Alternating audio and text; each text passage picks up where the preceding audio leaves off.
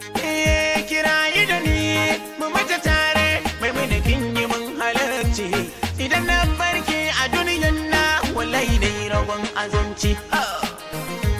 Ba komai ne yasa na ce a kira mun ku da Allah. Ku yi hakuri, nasiha ce wato akan maganan askin banza kana mutum ya yi aski akan shi wanda ba bai dace da gargadan musulmi ba. Sa kananan nan kayan nan ya kamata ku girma. A kiyaye maganan aski kaje mutum ya aski yadda ya ga dama shi ma a kiyaye don Allah.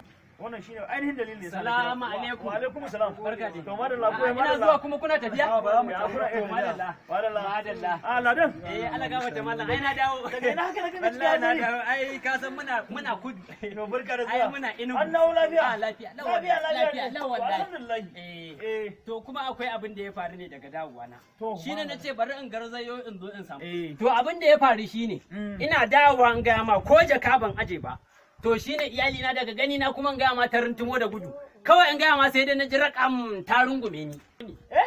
Da watan azumi. Malladan.